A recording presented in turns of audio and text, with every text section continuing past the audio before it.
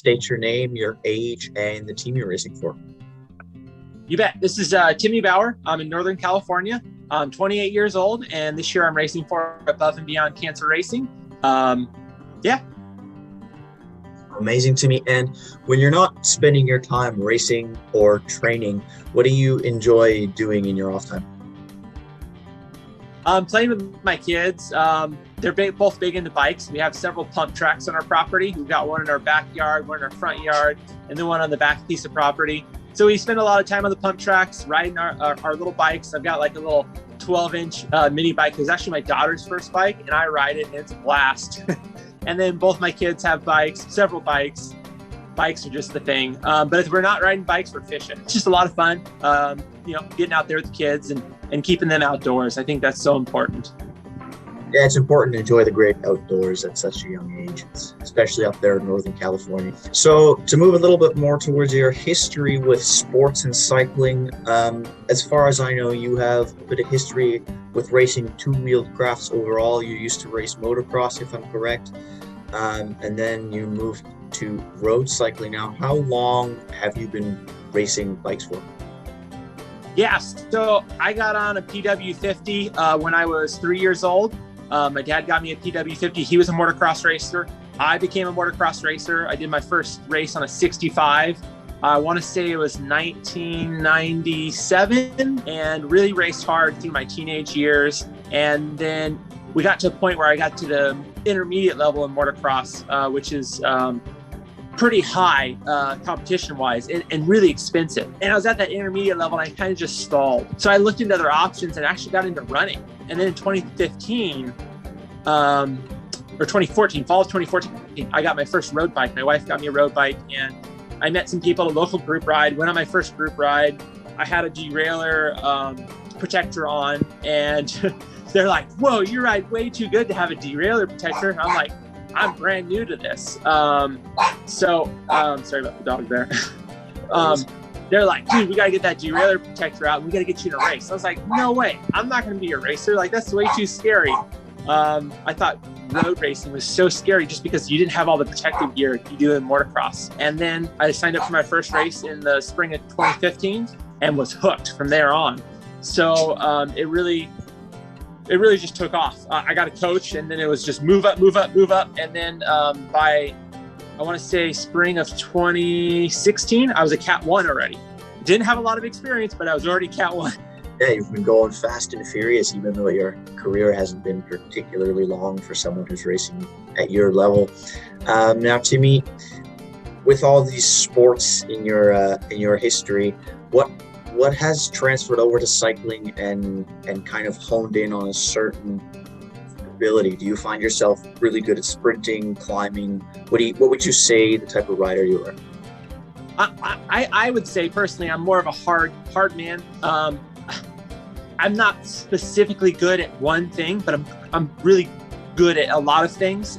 As far as things I brought into the sport, a lot of people say my bike handling skills are really good. I don't know. I just ride bikes, but that's what I've been told.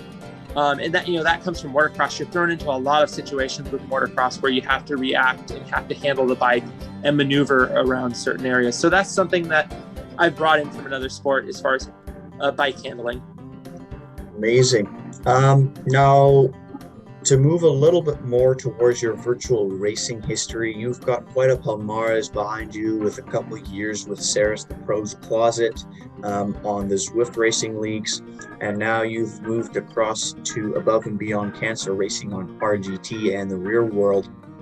So what would you say was your first real Zwift race that you remember?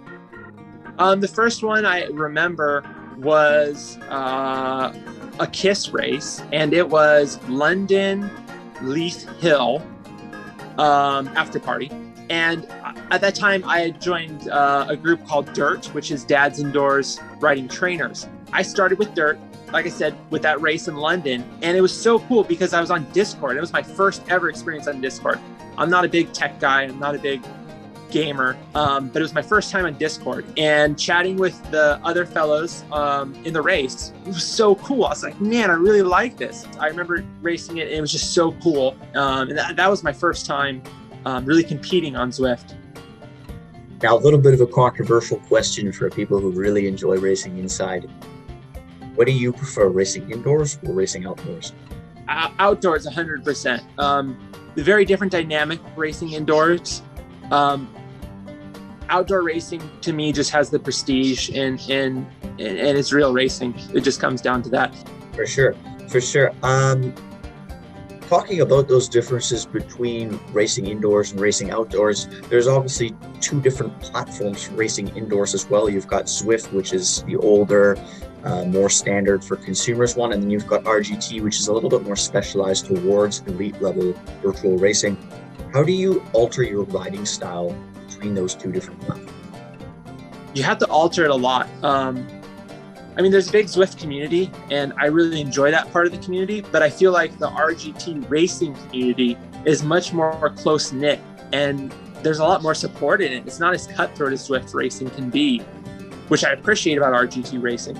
So I'm really looking forward to more RGT racing. I just finished up the Echelon Pro Series, and that was a lot of fun. The racers in it, we all supported each other. We kind of became like a family, like you do when you race USA Crits or the Pro Road Tour. You're all competing against each other, but you all have a respect for each other. And I feel like that's something that lacks in Zwift racing, especially in the Premier League.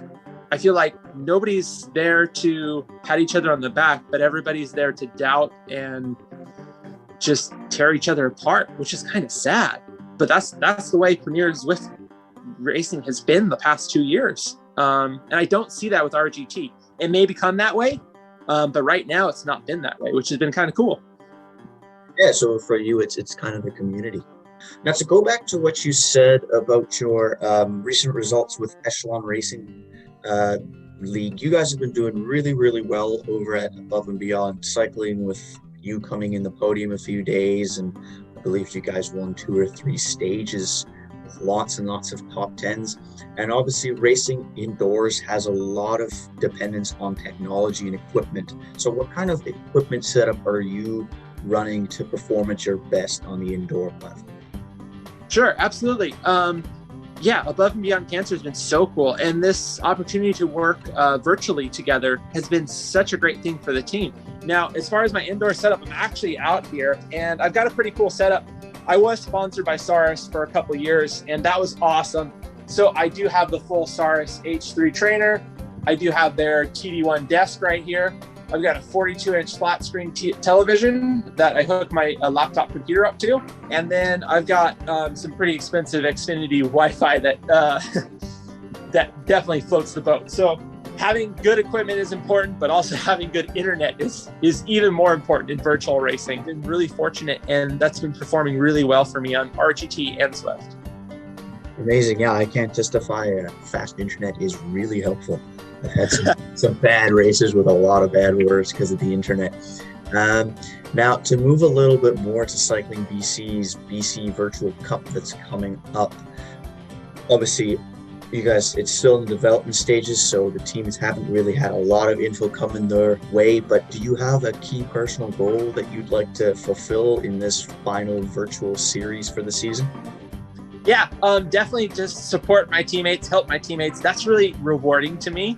I'd love to get a podium out of a breakaway. A virtual breakaway is so hard and so challenging. So when that does happen, it's really neat. So to have that happen would be really cool. And if it doesn't work out for me, I know we've got sprinters like Jude, Sandre, and Matt just lurking behind, ready to go. They'll be queued up and they'll finish it off if not. So it's a good teamwork way to get a result as well, because we always have the backup with the sprint.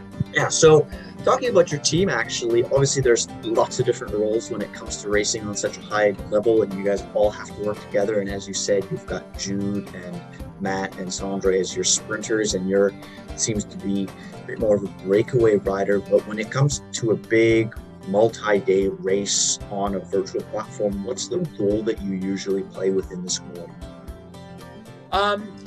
It's actually been the sprinter, which has been cool. But like I said, I just like breakaways, which is it's exciting to me. At Joe Martin, I got to be the GC rider, and that was cool. I was able to finish 6th overall at Joe Martin. That was really cool. And so for me, I've been protected a lot of times, which has been really nice, and it's really flattering. But I also love doing the work for others. Yeah, we've got some great guys like Campbell. He's a monster. He's so young, and he would just shut down moves left and right all weekend. So we've got a lot of guys. Another guy that's really strong is Hayden. Really fun guy. I can't wait to meet him in real life. But he's super strong, and he won a stage 2, which was really exciting. So we've got a really versatile team, and it should be really fun. Amazing. Yeah, you guys at ABC have a really strong squad going, and I've chatted to a few of them, and they're all up on YouTube. So anyone watching wants to check out those, they are up there as well. Now, just to wrap it up today, I like to ask a last one, fast one question.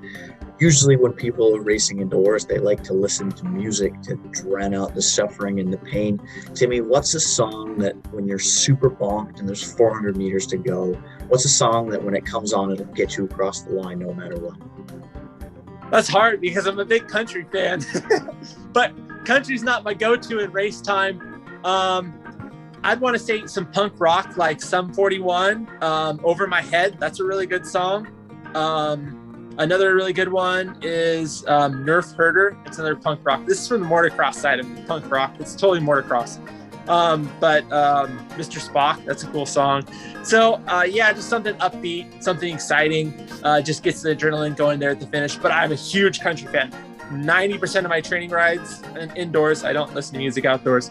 Indoors, I'm listening to like Brad Paisley or something totally country. That's where my neck gets red. So we won't go there.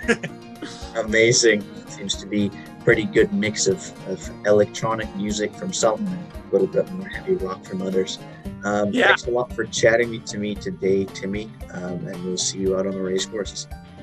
I appreciate it, Tom. It was great getting to chat with you, and I hope you have a wonderful day, man. Thanks.